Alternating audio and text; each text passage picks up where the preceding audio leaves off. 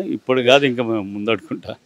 అయితే ఇప్పుడు ఏంటంటే, ఇప్పుడు ఈ యొక్క కాంగ్రెస్ గవర్నమెంట్ వచ్చి నుంచి జనాలకు అందరికీ తెలుసు, ఇక్కడ సిటీలో కాదు డిస్టిక్లో కాదు అందరికీ తెలిసిపోయింది కాంగ్రెస్ మొత్తానికి పనికి రాకుండా అయిపోయింది అనేది. తర్వాత ఇంకోటి ఏంటంటే పథకాలు కానీ అన్నీ తీసుకోండి, డెవలప్మెంట్ ఏం లేదు అస్సలు. డెవలప్మెంట్ వాటర్ కోసం కానీ కరెంటు కోసం కానీ ఏదన్నా ఇప్పుడు ఈ కాలనీలవి మాకు కమిటీ హాల్ ఉన్నది, దానికి అప్పుడు కేసీఆర్ ఉన్నప్పుడు కేటీఆర్ ఉన్నప్పుడు 2 కోట్లు ఇచ్చాడు, దాన్ని 2 కోట్లతో కాంప్లెక్స్ కట్టారు. ఈ గవర్నమెంట్ రాగానే 1 రూపాయి ఇస్తలేరు. దానికి మేము గోపీనాథ్ గారు ఉన్నప్పుడు మేము పెట్టాము. తర్వాత మన కార్పొరేటర్ నేను ఒక అసోసియేషన్ నుంచి లెటర్ పెట్టాను కమిషనర్కు. సెకండ్ ఇన్స్టాల్మెంట్ రిలీజ్ చేస్తే అది కాస్త కంప్లీట్ అయ్యే వరకు వస్తుంది. థర్డ్కు మొత్తం కంప్లీట్ చేయండి. 5 crores 40 lakhs మాకు శాంక్షన్ అయింది.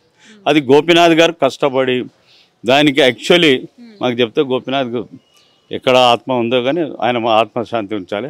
రోడ్లు కానీ డ్రైనేజ్ కానీ ఈ కమిటీలు కానీ కాని పనికి అది పోలీస్ స్టేషన్ ఉండే క్యాన్సిల్ చేయించి దానికి మేము అసోసియేషన్ నుంచి ఆయనకు సపోర్ట్ ఇచ్చుకుంటా వెళ్ళాము. కేటీఆర్ అప్పుడు శాంక్షన్ చేయించి దానికి ఇప్పుడు అది పెండింగ్లో పడింది.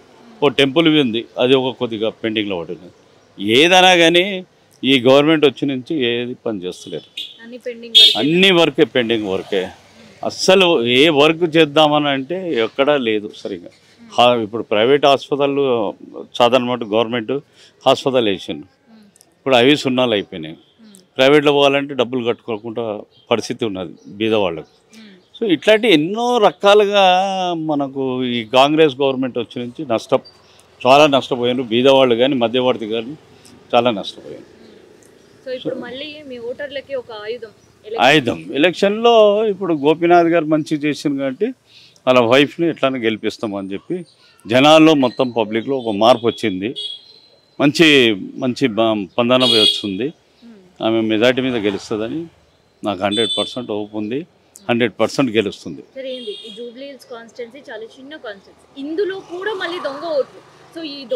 ఈ దొంగ ఓట్లు నా ఇంట్లోనే నేను ఒక ప్రెసిడెంట్ ఉండి వెంగళ కాలనీ అసోసియేషన్కు 1975 నుంచి ఉండి నా ఇంట్లో 2 దొంగ ఓట్లు వేసింది.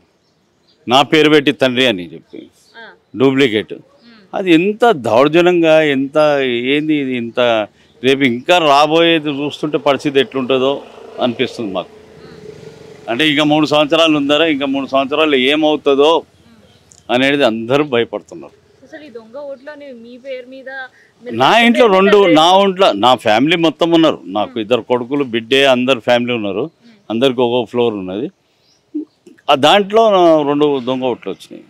నేనే ఆశ్చర్యపోతున్నా, అంత ధైర్యంగా ఎవడు అసలు వాని మీద కేసు వేద్దాం కనిపిస్తే నేను పట్టుకొని కేసు వేస్తా అని అనుకుంటున్నా. ఎందుకంటే అది తప్ప నా పేరు పెట్టడం ఒక ఫాదర్ అనడం, నాకున్నారే నా పిల్లలు 2 కొడుకులు ఒక బిడ్డే, తప్పు కాదు అది చాలా. సో ఆ రకంగా గవర్నమెంట్ దానికి చర్య తీసుకుంది. నేను అదే అంటున్నా, ఇంకా వేరేది ఇంకా అన్యాయం. ఎందుకంటే నేను ఒక సోషల్ వర్క్ చేసినా కాబట్టి అందరికీ తెలుసు నరసింహరావు అంటే మంచి క్యారెక్టరు అని చెప్పి. సో అట్లాంటిది వాటికి అంత ధైర్యం వచ్చి నా ఇంట్లో వేసిండంటే ఇంకా వేరే ఇళ్ళలో ఎన్ని వేసానో తెలుస్తలేదు. లేదు ఇంతవరకు లేరు. ఆ మొఖాలే చూడలేను ఇంతవరకు, లేదు. సో ఈ రకంగా అది మన తెలంగాణ గవర్నమెంట్ చాలా తప్పు చేస్తుంది. ఇంకోటి తెలంగాణ నష్టపోతుంది. ఎంత డెవలప్ అయ్యేది కేసీఆర్ ఉన్నప్పుడు ఎంత డెవలప్మెంట్ అయ్యేది ఇప్పుడు అంత వెనుక పడిపోయింది. ఎక్కడ మనకు దేశం ఏమవుతుంది అదే ఆలోచిస్తలేరు. నమస్తే, నా పేరు శ్యామల యాదగిరి.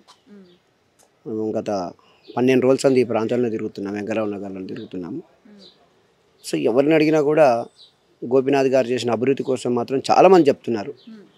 ఇంకా ఆయన బతుకుంటే ఎంత బాగుండేదో, అంత తొందరగా ఈ యొక్క బై ఎలక్షన్ రావడం అనేది చాలామంది చాలా బాధపడుతున్నారు. వాస్తవానికి ఏంటంటే మేము ఇప్పుడు ప్రతి డోర్ టు డోర్ తిరుగుతున్నాము. మరి ప్రతి ఒక్కరు కూడా ఆ యొక్క బీఆర్ఎస్ పార్టీ ఉన్నప్పుడు చాలా మంచిగా పనిచేసేది. 2 ఏళ్ళ సంది అంతా ఎక్కడ కూడా పని జరగట్లేదు. ఖచ్చితంగా గోపీనాథ్ భార్యకు మాత్రం ఓటేయాలి, అమ్మాయిని గెలిపించుకోవాలనే ఆలోచన ప్రతి ఒక్కరిలో దృష్టిలో మాత్రం ఉంది. ఇక మిగతా పార్టీల గురించి ఇక్కడ ఏమో ఎవరు చెప్పట్లేదు కూడా. వాస్తవం చెప్పాలంటే వాళ్ళు ఎవరు కూడా ఇక్కడ ఏం తిరగట్లేదు, మాకు కనిపించట్లేదు. నిన్ననే ఏమో కనిపించారు ఒక 2-3, వాళ్ళు ఖాళీ ఒక జెండా మెడకేసుకొని తిరుగుతున్నారు గల్లీలలో. మేము అట్లా కాదు, మేము ఖచ్చితంగా డోర్ టు డోర్ తిరుగుతున్నాం. ఏమంటారు జనాలు, ఏమంటారు జనాలు అయితే పక్కా బీఆర్ఎస్కే ఓటేస్తాం సార్. మేము ఖచ్చితంగా కూడా గతంలో కూడా వేసినాం, ఇప్పుడు కూడా మాకు గోపీనాథ్ ఉన్నప్పుడు కూడా మేము వాళ్ళకే వేసినాం, ఇప్పుడు కూడా వారికే వేస్తామంటున్నారు, వారికే వేస్తామంటున్నారు. ఎందుకంటే గోపీనాథ్ చనిపోవడం వాళ్ళ భార్యకి ఇవ్వడం అనేది ఇంకొంచెం సానుభూతి కూడా పెరిగినట్టుగా మాకు చాలా వరకు కనిపిస్తుంది. మేము అందరినీ కూడా విచారించడం జరుగుతుంది. మేము చెప్తున్నాం కూడా ఖచ్చితంగా వెయ్యాలి.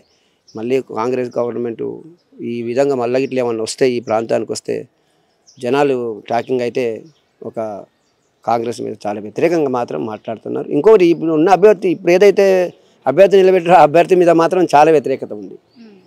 వాళ్ళు ఏం చేస్తున్నారు అనేది మనం చెప్పకూడదు, కానీ వాస్తవంగా చెప్పాలంటే వారి మీద వ్యతిరేకత ఉంది. ఇప్పుడున్న పరిస్థితిలో ఉంటే ఈ పార్టీ మాకు అవసరం అంతే.